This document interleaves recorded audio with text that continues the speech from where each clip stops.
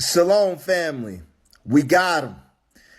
I'm going to be real precise and fast with this presentation because I know everyone's attention span is very short. But let's get straight into it. Have you ever wondered why people haven't awakened in this time, or give you that blank stare when you're bringing out truth, or continue to do the same thing over and over in the same loop or program? I'm going to prove to you why they are this way. Also show you what turning lead into gold in alchemy really meant. Let's go. Alchemy, it was now said, was really human psychology. The alchemists were psychoanalyzing themselves. They were sublimating and calcining their own subconsciousness. Their real aim was not to make gold, but to make a non-aberrated man. As pursuit of this kind in the Middle Ages overlapped territory which the church held to be its own, the alchemists had been obligated to conceal what they were really doing behind an apparently lunatic attempt to turn lead into gold.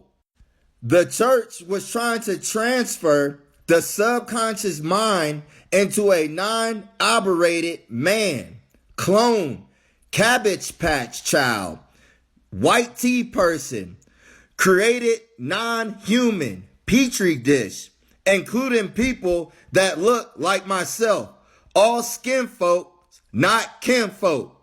So basically, they were trying to use our science, alchemy, from Kemet and miserably failed. Let's dive deep. Let's see what aberrated means. Aberrated means to have deviated or departed from what is normal, usual, expected, or correct, often implying something unusual, abnormal, or even faulty, like a lens defect causing a blurry image, or a person straying from typical behavior or morality. Now, let's see how they try to accomplish this transfer of the subconscious mind. Of course, it didn't work, creating a bunch of defective people. I forgot to say, TikTok, this is for entertainment purposes only. I'm just reading Ernest Scott, The People of the Secret, also Gerald Massey's A Book of the Beginnings. But let's jump straight to the fourth view. An alchemist is a man who knows an immensely powerful method of cleaning the Eugen stable of his own subconscious mind.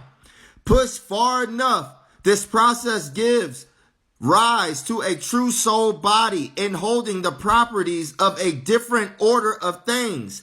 If this soul body is directed on the base metals in a certain way, projection, it will accomplish a comparable transmutation in organic matter. In short, these people have been using psychological projection to program these inorganic beings, cabbage patch children, white tea people, clones, anybody, our people, allegedly, that don't have a soul, they programmed. Now, let's talk about Albertus Magnus. He was born up there, it says, in 1206 and passed away in 1280, and he was a Christian. So they've been doing this all the way back in the 1200s. So how many inorganic people are walking this realm? Let's read. Among the first of the European alchemists was Albertus Magnus, Albert, Count of Bolstadt, 1206 or 7 to 1280 was a prototype of many strange figures of the Middle Ages who combined an eager questing intellect together with a certain something which served to earn them election to the mysterious company of secret people. He refused to believe the knowledge ended with Aristotle and insisted on the primacy of personal observation and experiment, whatever ancient text had to say. He is the first Christian. He is the first Christian who is prepared to accept a rational treatment of natural phenomenon. It gets better. Let's see what his main purpose and focus was during his studies. Whatever is to be made of his apparently contradictory views on alchemy, Albertus was no simple pragmatist. Legend associates him not only with constructing one of these famous talking heads, but with making an entire artificial man. Making an entire artificial man, a task which occupied him for 30 years. So they was in the lab cooking, programming clones to do dirty work whenever they came over here and touched our land. This is why these people have no empathy, have no souls, can go out here and unalive people, can do all these strange acts, cannot show love, look soulless. These people are inorganic beings. These people were not created by our great mother or father. They were created by the church,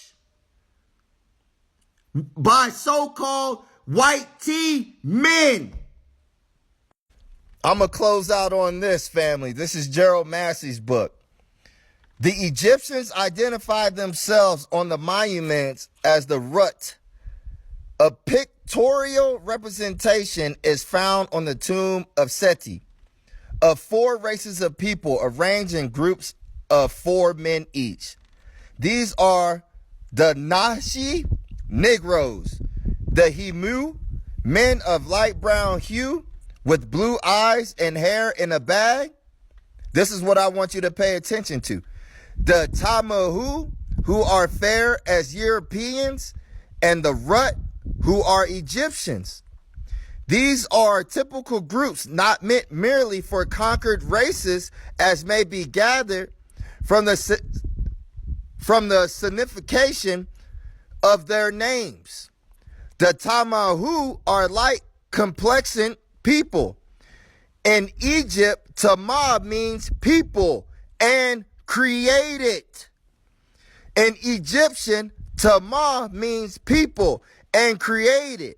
Hue is white. Hue is white, light ivory. The Tamahu are the created white people. The Tamahu are the created white people. I'm not saying all white people don't have a soul, but I'm going to say around 85%, 80 to 85% of so-called white people were created. This is why you can find out about Yaqub's story with Dr. York. You can find out about it in the Bible where the Edomites got to be destroyed. You can also find it in these 2 references that I read out of.